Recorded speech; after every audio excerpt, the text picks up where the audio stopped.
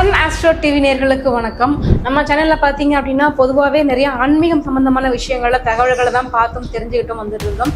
அதற்கு அடுத்தபடியாக இப்ப நம்ம அரசியல் சம்பந்தமாகவும் பேச ஆரம்பிச்சிருக்கோம். மெர்சல் மீடியா அப்படின்ற ஒரு யூடியூப் சேனல் மூலமா நம்மளுடைய அரசியல் அனுபவங்கள், நாட்டு நடப்புகள், அரசியல் விமர்சகர்களுடைய கருத்துக்கள் அப்படின்னு சொல்லிட்டு மக்களாகிய நீங்கள் உங்கள் குரலாக அந்த சேனல் வந்து ஒலிக்க போகுது. சன் ஆஸ்ட்ரோ டிவிக்கு எந்த அளவுக்கு நீங்க ஆதரவும் பேரன்பும் கொடுத்தீங்களோ அதே மாதிரி மெர்சல் மீடியாவுக்கும் உங்களுடைய அன்பையும் பேராதரவையும் நீங்க தரணும் அப்படின்னு கேட்டுக்கிறோம்.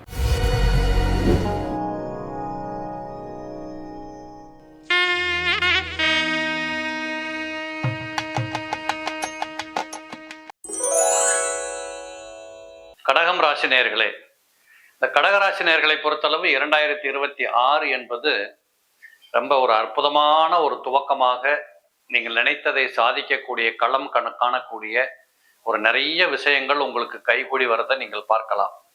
குறிப்பாக ராசிநாதன், உங்களுடைய ராசிநாதனே 10ஆம் இடத்தில் இருக்கிற போது தான் வளர்பிறையில இந்த வருஷம் பிறக்குது.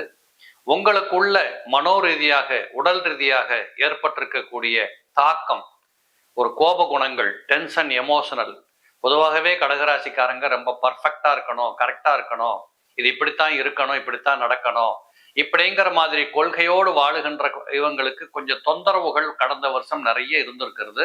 இதெல்லாம் இப்ப மாறுகிறத நீங்கள் பார்க்க முடியும். அதுபோல ராசிக்கு 6ஆம் இடத்துல பார்த்தீங்கன்னா உங்களுடைய பாதகாதிபதி, எல்லா ராசிக்காரங்களுக்கும் சுக்கிரனை பொறுத்தளவு யோகத்தை செய்யக்கூடியவர் என்றாலும் கூட கடகத்தில் பிறந்தவர்களுக்கு சுக்கிரன் யோகத்தை செய்யக்கூடிய கிரகம் அல்ல, பாதகாதிபதினு சொல்லுவோம். அப்போ கொஞ்சம் அதிகமா ஆசைப்பட்டா கூட ஏதாவது குறைகள் நிகழ்ந்து விடும் என்று சொல்லக்கூடிய அளவிற்கு இந்த கடகராசியில பிறந்தவங்களுக்கு இந்த சுக்கிரன் ரொம்ப ஒரு தக்குமுக்காடக்கூடிய வாய்ப்பை கொடுத்துக்கிட்டு இருந்தாரு. இவரும் இப்பொழுது 6ஆம் இடத்தில் இந்த வருடம் ஆரம்பம் மறைந்திருக்கின்ற காரணத்தால் எதிரிகளை, நோய்களை, கடன்களை வென்று காட்டுவதற்கு, எடுத்த காரியத்திலே மிகப்பெரிய வெற்றி பெறுவதற்கு, நினைத்ததை சாதிப்பதற்கு, அதிலும் குறிப்பாக கணவன் மனைவி குடும்ப உறவுகளிலே மகிழ்ச்சி, கொண்டாட்டம், வீட்டுக்குள்ள சுப செய்திகள், சுப காரியங்கள், இப்படி ஏராளமான நன்மைகள் இருப்பதை நீங்கள் பார்க்க முடியும். கடகத்தில் பிறந்தவர்களுக்கு வியாழ கிரகம் யோகாதிபதியாக இருந்து 12ஆம் இடத்தில் மறைந்திருந்தாலும் ஜூன் மாதம் 1ஆம் தேதி வருகிற வரைக்கும் வீடு மனை வாசல், அடிப்படை வசதிகள், கார் வாகனங்கள் மாற்றிக்கொள்வது, கட்டுறது, புதுசா போறது, இப்படிப்பட்ட வாய்ப்புகள் 90% உங்களுக்கு உண்டு.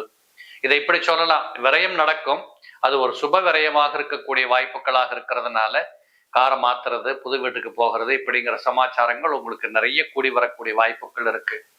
கூடவே கொஞ்சம் கடன் படுவது அல்லது கடன் கட்டுவது, எதிரிகளை வென்று காட்டுவது, சட்டம் வழக்கு என்று கோர்ட்டுக்கும் வீட்டுக்கும் அலைஞ்சிக்கிட்டு இருந்தவங்களுக்கு மத்தியில ஒரு உடன்பாடு ஏற்பட்டு பிரச்சனைகளை தீர்த்து கொள்றது, இப்படிப்பட்ட அநேக நன்மைகள் கூட இந்த காலகட்டத்தில் இருப்பதை நீங்கள் பார்க்க முடியும். இதே போல கடகத்தில் பிறந்தவர்களுக்கு குடும்பாதிபதியாக இருக்கக்கூடிய தனாதிபதி சூரியன் 6ஆம் இடத்துல சம்பந்தப்பட்டாலும் குரு பார்வையில் இருக்கின்ற காரணத்தால் சிவராஜ யோகம்னு பேரு. உறுதியாக இந்த வருடத்துல இறைவனுடைய அருளால் குடும்ப விருத்திகள், மனோ தனோ என்று சொல்லக்கூடிய ரொம்ப பொருள் சம்பாத்தியம், மன அமைதி, திருப்தி, கொண்டாட்டம், குதூகூலம், விருந்து, இப்படிங்கிற அனைத்து நிலைகளிலும் நீங்கள் ஒரு படி சிறப்பாக வாழுகின்ற வாய்ப்புகள் உங்களுக்கு உண்டு. இதே 3ஆம் பாவாதிபதியும் 6ஆம் இடத்துல சம்பந்தப்பட்டதுனால கண்டிப்பாக உங்கள் முயற்சிகள் முழுவதும் வெற்றி கொடுக்கக்கூடியதாக இருக்கும். நினைத்த காரியங்களை சாதிப்பதற்கு, அதுவும் பள்ளிக்கூடத்து பிள்ளைகளுக்கு ரொம்ப அருமையான முன்னேற்றங்கள் கிடைப்பதற்கான எல்லாவித நன்மைகளும் கூடி வருகின்ற வருடம் இந்த 2026. செவ்வாய் பகவான் 6ஆம் இடத்தில் இருந்தாலும் 5ஆம் பாவாதிபதி 6ல் போய் உட்கார்ந்து குருவின் பார்வை பெற்றிருக்கிற காரணத்தால் பிள்ளைகளின் முன்னேற்றம், பிள்ளைகளுக்காக நீங்கள் வாழுகிற வாழ்க்கையின் வளர்ச்சி, பிள்ளைகளுக்காக இன்வெஸ்ட் பண்றது, இல்ல கல்யாணங்கள், இப்படிப்பட்ட அனைத்திலுமே உங்களுக்கு ஒரு நல்ல ஒரு முன்னேற்றம் இருப்பதை பார்க்க முடியும். மொத்தத்துல சொல்லணும்னா இந்த கடகத்துல பிறந்தவங்களுக்கு 2026 மிக சிறப்பாக இருக்க போகுது.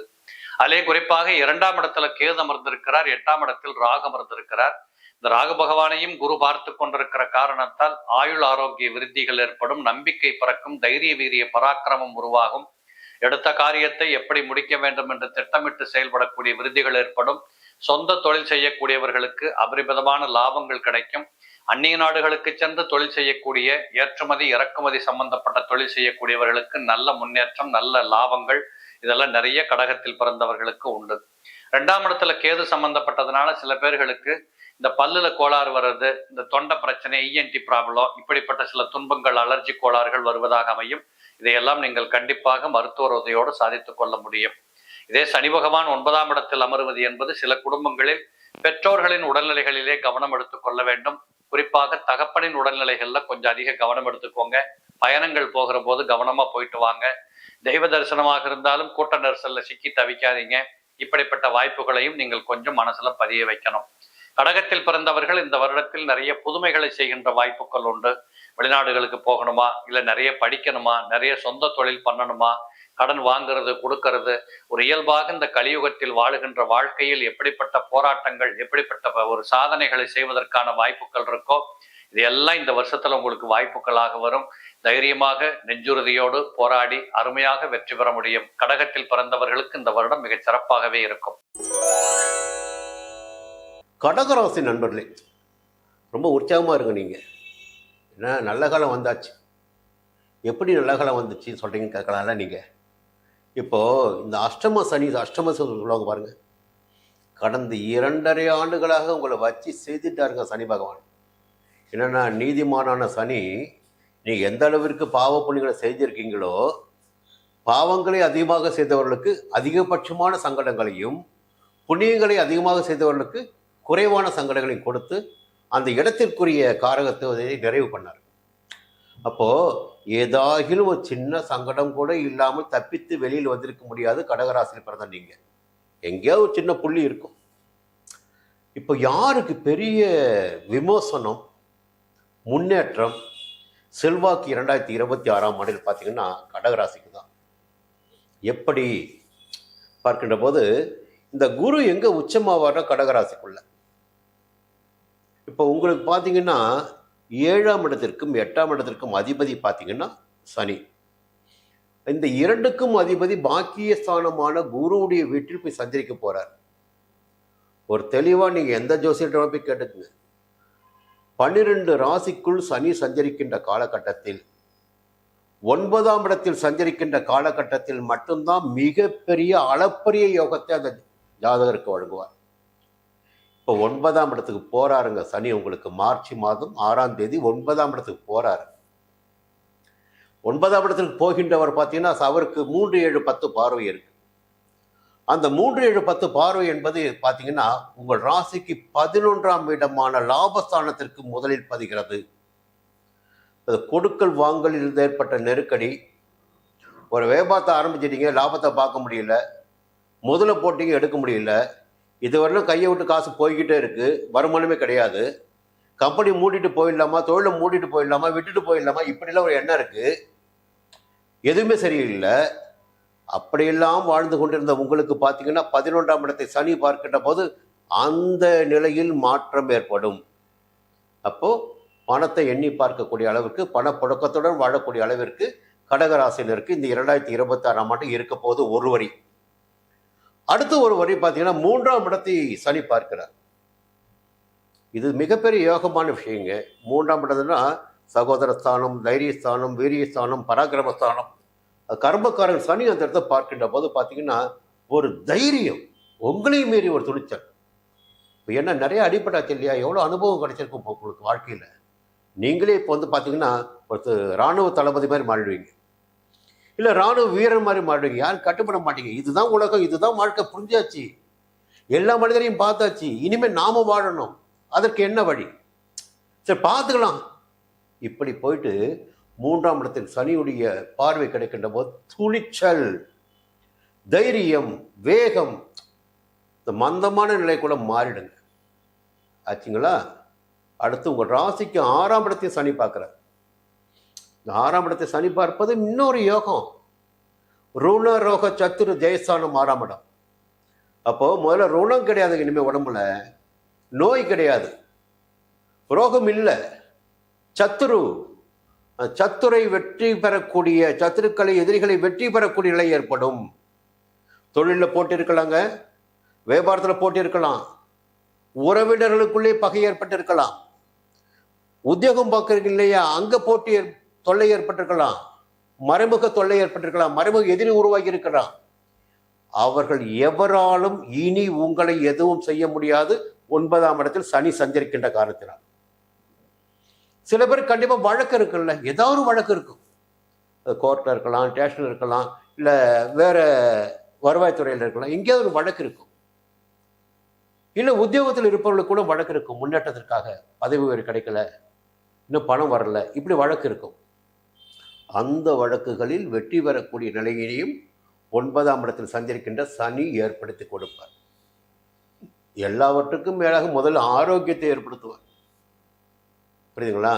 முதல்ல நல்ல ஆரோக்கியம், கொஞ்சம் செல்வாக்கு, சொந்த வீட்டில் வாழக்கூடிய நிலை, ஒரு விஐபியாக நடைபெறக்கூடிய, உங்கள் கையில் ஒரு நம்பிக்கை இருக்குங்க. இப்போ உங்கள் வாழ்க்கையில் ஒரு நம்பிக்கை வந்துடும் உங்களுக்கு. நம்மால் வாழ முடியும், யார் தயமும் தேவையில்லை, இப்படி நினைக்கக்கூடிய அளவு கூட தெம்பு வரும். ஒரு சுபிட்சமான நிலைங்க இந்த சனி பயிற்சி உங்களுக்கு. அதற்கு மேலே பார்த்தீங்கன்னா மார்ச் 17 வரை விரயஸ்தானத்தில் சஞ்சரித்து கொண்டிருக்கின்ற குரு சுப செலவு தான் கொடுப்பாரு. ஒரு இடம் வாங்கலாம், நகை வாங்கலாம், இல்லை வாகனம் வாங்கலாம், எல்லாமே சுப செலவு தானே. விரயஸ்தானத்தில் குரு சஞ்சரிக்கின்ற போது அடிப்படை தேவைகளை பூர்த்தி செய்வார். அவருடைய பார்வைகள் பார்த்தீங்கன்னா 4ஆம் இடத்திற்கும் 6ஆம் இடத்துக்கும் 8ஆம் இடத்துக்கும் அதுவே பெரிய யோகம்தான். சந்தோஷம் முதல்ல நிம்மதி இருக்கும், உடம்புல ஆரோக்கியம், எதிர்பார்த்த சந்தோஷம், யாருக்கும் தெரியாமல் சில பேர் நல்ல வாழ்க்கை வாழ்வீங்க, மறைமுக வாழ்க்கை.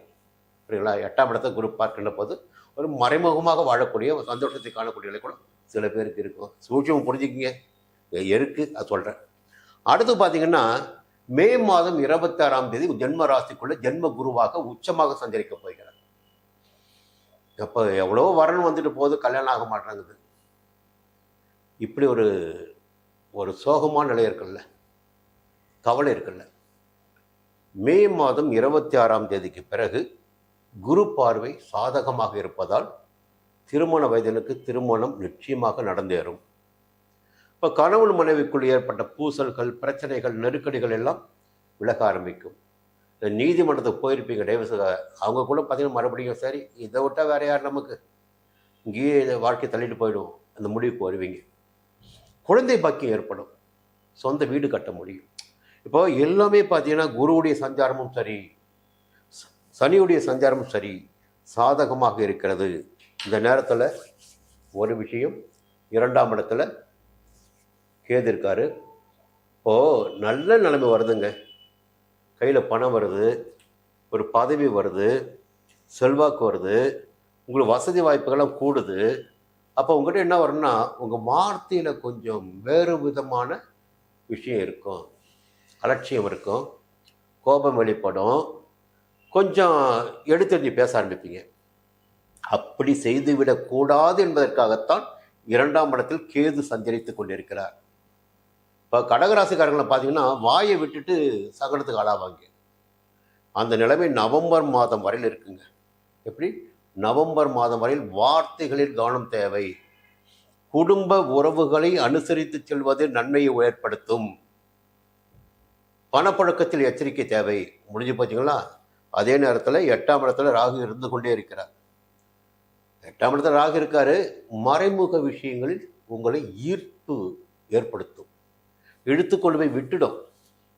இந்த விஷயத்தை செஞ்சிடு, சந்தோஷமாக நீ இருப்ப. அப்படி ஒரு நிலையினை 8ஆம் இடத்தில் சஞ்சரிக்கின்ற ராகு உங்களுக்கு ஏற்படுத்தி கொடுப்பார். அது நன்மையா தீமையா, உங்களுக்கு தேவையா தேவையில்லையா என்பதை நீங்கள் தான் முடிவு பண்ணணும். ஆனால் ராகுக்கு எது கொடுப்பதெல்லாம் நிச்சயமாக என்ன ஆகுன்னா பின்னாடி அது வெட்ட வெளிச்சமாயிடும். ஜாக்கிரதையாக இருந்துக்குங்க. இந்த நேரம், இந்த ஆண்டு உங்களுக்கு கொஞ்சம் இல்லை நிறையவே நல்ல பலன்கள் கிடைக்கின்ற ஆண்டு, யோகமான ஆண்டு. சனியுடைய சஞ்சாரம் சாதகமாக இருக்கிறது, குருவுடைய சஞ்சாரமும் பார்வைகளும் சாதகமாக இருக்கிறது. கடந்த ஆண்டை விட இந்த ஆண்டில் குடும்ப வாழ்க்கையாகட்டும், தொழிலாகட்டும், உத்தியோகமாகட்டும், முன்னேற்றமாகட்டும் எல்லாமே உங்களுக்கு சிறப்பாக இருக்க போகிறது. மீண்டும் அடுத்த பதிவு சந்திக்கிறேன். நன்றி, வணக்கம்.